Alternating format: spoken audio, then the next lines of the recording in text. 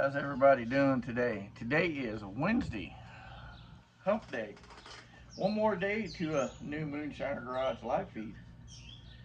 So, which also means Thursday means a grandson, 8-year-old grandson's probably got a baseball game tomorrow night. Uh, it'll either be at 5:30 to 7 or 7, whatever. They play an hour and a half, and they do one game, then they do another team's play, second game. Okay, it's my wife.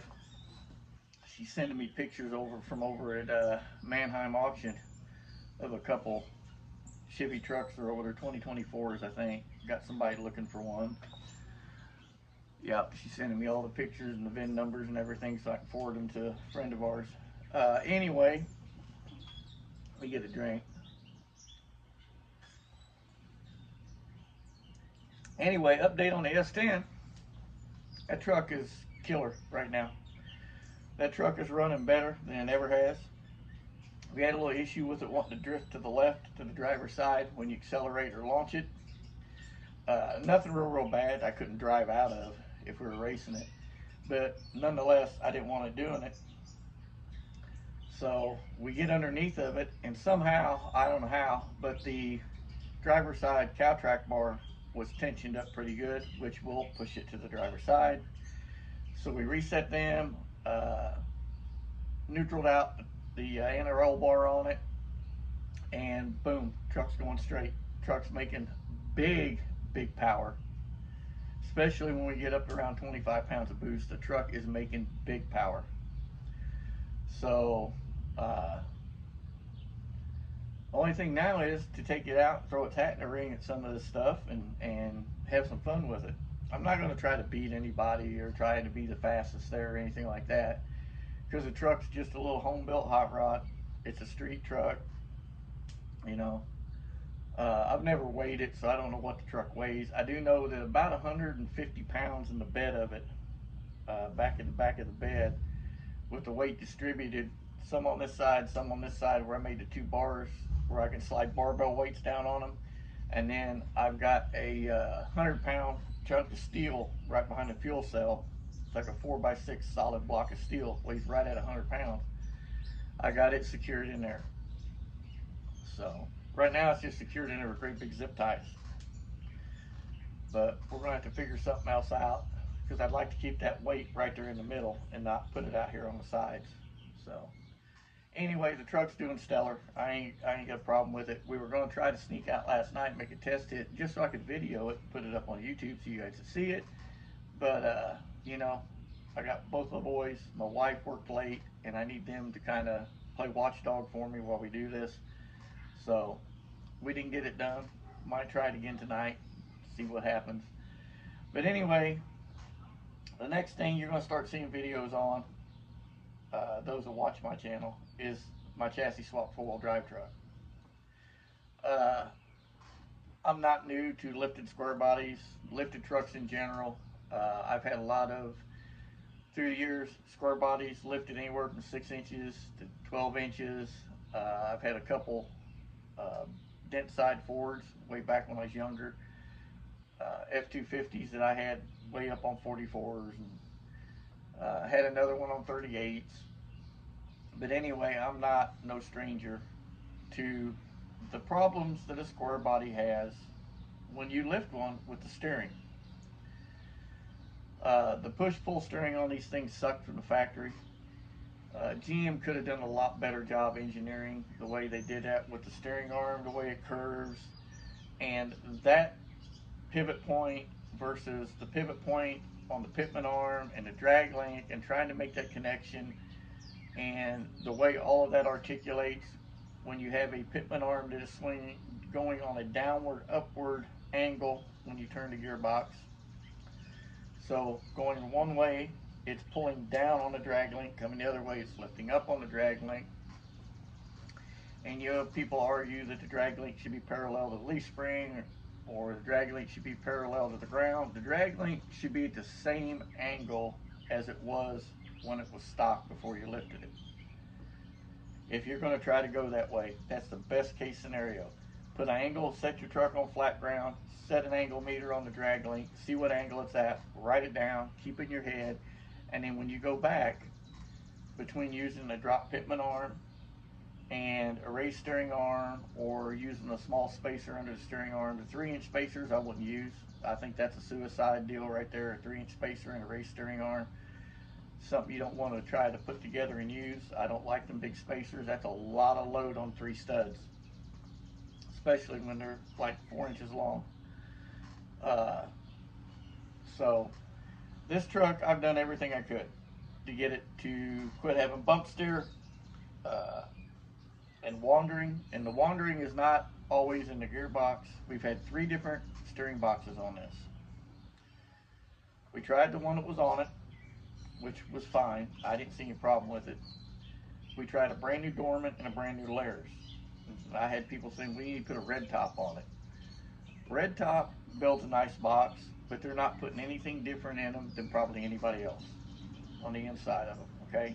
There's only so much you can do with these old steering boxes. So what the cure is to put a crossover steer on it. Well, going to crossover eliminates some issues. It gets your drag link angle and everything a lot better. You're doing a natural movement side to side, but it doesn't eliminate all the bump steer, and it then causes other problems. Because now, while you're pushing side to side, although it's a leaf sprung axle, leaf springs flex. Okay, swing shackles flex. The front spring eye in the mount flexes. And now you're going to push the load side to side on that axle. It's going to move side to side all day long. So one way to get rid of that, and one company, Davis Off-Road, they figured out, and they just about got it perfected, is to put the addition of a track bar on these front axles. Ford did it with leaf springs on the OBS era trucks. I remember that because I actually owned one and it had one on it. So what we're going to do is not only put a crossover steering setup on this, but I bought the stuff I need bracket wise from Barnes 4-wheel drive. And then my local place right here, like 5 minutes from my house, Brown's Field Service, I went down there and bought the plate that I need to make some gussets, and also to make a steering box brace, something a lot more stout than these ones you buy online. Like I said, it's not my first rodeo doing a crossover steer on one of these trucks. And 4 inches you can pretty much get away without doing it, but when you get 6, 8, 10, 12 inches, a crossover is almost mandatory at that point. So what I went and did is, and I'll explain this and go through the parts. I bought a kit from East West Off-Road. I don't think they go by that on eBay, but that's who it is. It's something deals is the YouTube or the eBay seller. And what you get in the kit I bought was $2.99 plus like $30 shipping, because I don't need to go to a high steer setup. So in the kit you get an American made knuckle. Mine's a Dana 44. That's obvious by looking at the knuckle. Flat top on this side with 4 studs for the steering arm. You get it. What else do we got? I threw all this in a box yesterday when I opened it. So you get 2 new ball joints. Who knows who these are made by, but I've got some real nice Yukon ones that I bought just to do this with. So, because the ones that are in it now are Master Pro from O'Reilly's. I put them in it when we built the truck. That's all I could get. I couldn't get Moog or anything at the time.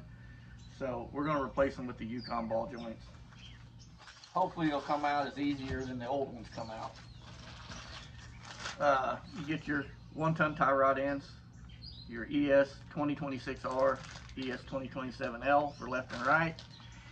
Good idea is put the right one on the right side, put the left one on the left side. That way when you go to change them, you realize the one on the right is the right hand thread, the one on the left is the left hand thread.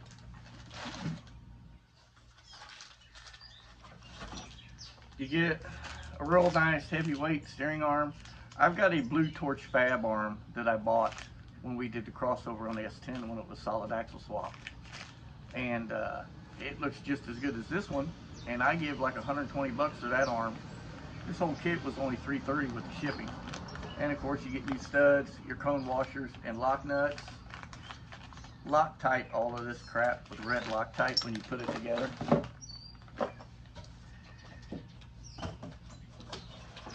You get a 2-wheel drive drop pitman arm. Actually, I think this is actually the same as like an OBS drop pitman arm. I know when I did the crossover on the S10, I used the S10 steering box, and I had to buy a drop pitman arm. I believe it was for an OBS truck that had the right splines here. This is 32 spline, but it was already reamed out like this one is for the 1-ton tie rod end. And you have to use a 2-wheel drive square body steering box. Don't buy an eBay box. Go to like Red Top or Borgenson. Somebody, don't buy a Dorman. Please don't buy a Dorman. Theirs ain't too bad. You get your rod ends, your weld end for your new drag link, and you get, this is the one I'm going to use to make my track bar out of, but the other piece is the same. It comes in the kit. You get a 4-foot piece of quarter wall, 1.5 DOM, which is massive and heavy. That piece is 42 inches. That's the one I'm going to make the track bar out of. And then to make the track bar, to make it super simple, I bought 2 brackets, outside the frame track bar brackets from Barnes 4-wheel drive. On the frame side, I'm going to take 5/16 plate and make a bracket that's C-shaped that slides over the chassis where the bump stop's at. It'll bolt in 4 bolts here, 2 in the bottom, 2 in the top, and I'll put a gusset on the inside of the frame from top to bottom to stiffen it. We're going to add the 3/16 plate to the frame where the steering box goes. I see a lot of guys stitch weld it. I'm not going to stitch weld it. I'm going to weld it all the way around, because then water gets in between the two and starts rusting it out in between the two of them. Or if you stitch weld it like I have in the past, I'll go around with seam sealer or something and go around it, or silicone or something to try to seal it up so water can't get between the 2 pieces of steel. Steering box brace, I'll build my own of course, but I'm going to use these hind joints. You can go 5/8 bolt with the angle correction spacers in it, or you can take them out and go straight 3/4 if you want. And this is what I'm going to use inside of this DOM to make my track bar out of. So the frame bracket will mount where the bump stop's at, the big rubber bump stop that comes down straight over the axle. On the other side, my U-bolts are taller than the spring cap. They're sticking up about 2 inches. So that gives me enough room to take the 4 nuts off, put 4 solid, like DOM or whatever. You can use bushing stock or whatever, but I'll probably get some smaller DOM to slide over them to bring it up to a level with the center of that spring pad cap. And then what I'll do is I ordered 2 spring plates also from Barnes. They're 3/8 plates steel. They're 3/8 thick. I'll set them down on it, on the spacers, put the nuts back down on it, or I may just go right down on top of the nuts, put another set of nuts on top of it, and crank it down, lock it down on top of the spring cap, and I'll weld the other bracket off of it. Each bracket's got 4 holes in it for adjustment. The main thing you want to do, and Davis shows you this as well, your track bar has to be parallel to your drag link. You can't have the drag link on one angle and then your track bar on another angle. They have to be parallel. That's why their brackets, I think, have 3 holes in them, if I'm not mistaken. But I'm basically doing this from memory. I've done this in the past. 2 other times I put a track bar on one of these square body trucks. Like I said, once I did an 8-inch lift on a truck I had before my wife and I got married. Then way back where the idea originally come from was my grandfather putting one on a truck I had 12 inches of lift on. And it worked fine. No issue. 12 inches is about the limit. Anything after that, your drag link, even crossover, starts getting at a funky angle. You're probably better off if you're going to lift one that high, just to put hydraulic steering on it or hydraulic assist or something. But anyway, and I'm not any kind of engineer, but this came with the rod ends with these, and I don't know what it's for. I've seen a couple videos online on YouTube where people have used this kit too. That's kind of where I kind of looked some of the research to see who had a kit that was decent. You don't want some kind of spindle that looks like they sandcasted it in the middle of Pakistan. But this was in one of these rod ends in the package, and there's just one of them. So I don't know what the purpose of that is. If you put it in here and you put it in the tube, it's just going to fall out. So I don't know if it's just take up space if you're going to put a hind joint straight in the end of it or something. I don't know. Anyway, we're not going to need it, so I ain't going to worry about it. But that's what we're getting ready to do to this truck. So now I could have went to Davis and bought their kit. Their kit's about $3,000 for their ultimate square body steering kit. Now don't get me wrong, it's a badass kit. It is a absolute badass kit. But I'm not going to spend $3 grand on something where I can do all of it, including a brand new Borgenson quick ratio box, which is 460 bucks. The kit here, so you figure there's 330, 730, roughly $800. Another piece of DOM tube was like $55. And then the parts from Barnes, each one of the brackets was $20.42, and then the spring plates were like 30 bucks. So, oh, and a U-joint to go from 3/4 double D to 3/4 30 spline, because this box is 13/16 36 spline. So I had to change the U-joint on the end of the steering shaft I made for this truck. But, you know, all in all, I'm doing this just as heavy as stuff as they're doing. And honest to God, I think this is the same kit that they use. If I'm not mistaken. It might not be. They might have their own stuff, but, you know, I've seen a lot of people on YouTube use this kits from this company with good success. So, you know, the fact that the knuckles made in the USA, I wasn't buying reed knuckles for it. I'm not changing it to a high steer, so there's no need to change the driver's knuckle. It's just a street driven truck. And if I do want to take it off road and twist it all up, all I gotta do is jump out and in less than 5 minutes take the 2 bolts out of the hind joints and pull the track bar out of it. But I will tell you from past experience doing this, it will take one of these bump stop or bump steer wandering ass trucks when you lift one and make it drive like a brand new Silverado you just drove off the lot. Drive like a Cadillac, like a sports car. Like Davis says, their kit makes it drive like a sports car. And there's got a video on there, which I'm doing the same thing their kit does, just doing it myself. But he's driving the truck down the road. They hadn't even lined it or anything. Just did it by eyesight or measuring side to side to set the toe. This truck's on, it's a Blazer. It's on 40-inch tires, I believe. Big wide ones too. On like a 12 or 15-inch wide wheel. They're massive. And he's driving this thing down the road, and the steering wheel's just straight as can be. He's not doing this, and it's not back and forth when it hits a bump. He just makes the lane change with it, and you can watch the steering wheel just stays right there straight. No more fighting it, trying to keep it between the ditches or anything like you do when you lift one of these trucks. So, but that's the game plan. And in the meantime, I'm going to try, like I said, with the S10, maybe throw its hat in the ring at some Mexico shit. You know, maybe take it up to US 36 and run it. Throw it in, I don't know, just go have some fun. We'll throw it in the 6.0 index class or something, I don't know. Throw it in small tire just for the hell of it. Probably, I will get my ass whooped in small tire, I almost guarantee it.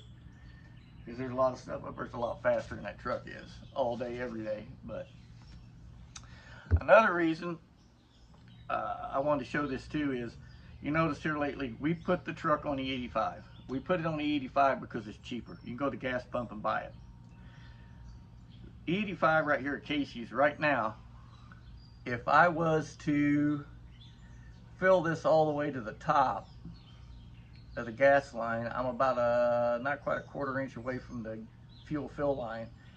The 85 as of 2 days ago would test out at about E90 right out of the pump. Can't get any better than that. So, and that's Casey's. It's literally 5 minutes from the house.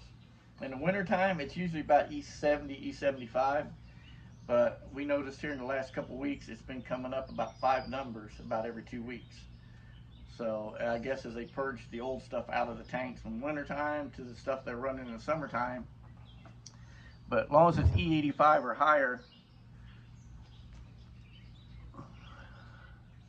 like right now, if you can see,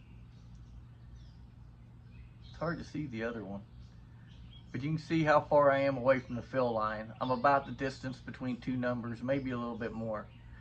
And currently it's at E80. If I was to, like I said, it'd be up almost touching the E90 line. So that's good. That's very good. Hopefully it stays that high, because I'm gonna go fill some 55-gallon drums up to take when we go to down to Arkansas. We're still planning on doing it. Unless something catastrophic happens, we're gonna take the truck down there. I just want to go do it. It's a bucket list thing. I want to meet Thomas and his wife at Moonshiner Garage and some of the others that I see on YouTube and so forth, and just go down there and have some fun for the weekend, which is something that I and my son and my wife need to do drastically. So we didn't take a family vacation last year. Every other year we go to the lake or something for a while, but just to get away. But yeah, keep it in one piece till we get down there. I'm gonna take 85 with me because I don't know what the situation is down there. You can't trust these maps that tell you where 85 stations are at, because sometimes they're here today and gone tomorrow as far as the 85 goes. But we'll be ready to go. Worst case, I'll just go get some Sunoco 85R. I'll get a barrel of it and take it down there with me. So, but 55 gallons, man. I got some food service steel drums, clean lids, everything on them. Fill both of them up. We got 2 of them, so that'd be 110 gallon. I don't need to take that much, but the tow rig also runs on the 85, so we could do it that way too, and just use one to feed the truck and use one to feed the little hot rod. So just get up there with the pump, and I got a hand pump, and then I got an electric pump that goes in the fuel tank. I can screw into it and run it off 12 volts too. So set them up in the bed of the truck, and away we go.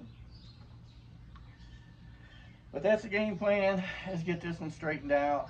Like I said, I've done everything that I know I can do, leveling the drag link, everything I can to get it to steer right. And, you know, it does okay, but I wouldn't be comfortable putting a trailer behind it and pulling it with the way it steers right now. Or, you know, I've took it down the highway a few times.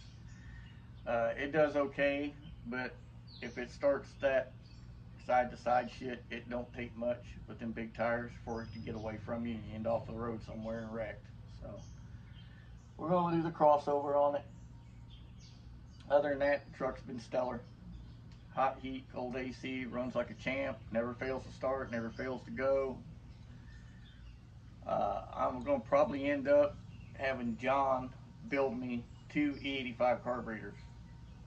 John Bittler at IRD Racing, he did the one for the S10. Well, both times he's done it. And have him build me one for this. It's just stock 350, convert it to 85. And I can get a much better carburetor for him than I could buy in a quick fuel 85 or whatever. And get another one built for the wife's El Camino and put this truck and her El Camino both on the 85. So a lot cheaper. They get drove quite a bit. And in the wintertime, we just put some pump gas in the fuel systems on them and store them up. So anyway, this has got all new PTFE lines on it. The El Camino's got stainless steel 3/8 fuel lines on it. So, and then I got some, oh damn it, now I can't, Viton linered hose to make the connections from the tank to the line, from the line to the fuel pump, and blah blah blah. So, because it's got a mechanical pump on it still. This one's got an Aeromotive brushless pump that's self-regulated at like 7 pounds. Billet pump on it. So, anyway, that's what's up. I'm gonna cut this off. I gotta answer my wife about, she sent me a bunch of pictures I need to look at real quick and send them, forward them on to a friend of ours that's looking for a truck. He got bit by a brand new truck, 6.2 liter engine goes to shit, and he's just beside himself over it. So I'm trying to find something with a 5.3 in it. It's low mileage, it's only a year or two old. Anyway, everybody stay safe. God bless above all, and especially right now. And when I start working on this, I'm just going to set my iPhone up and let it record. You can watch me get it done, because I'm going to do it right here in the driveway. Then, except for the welding, I'll take it around back, do what little bit of welding I got to do, bring the parts around here, bolt them on, we'll call it done. Later.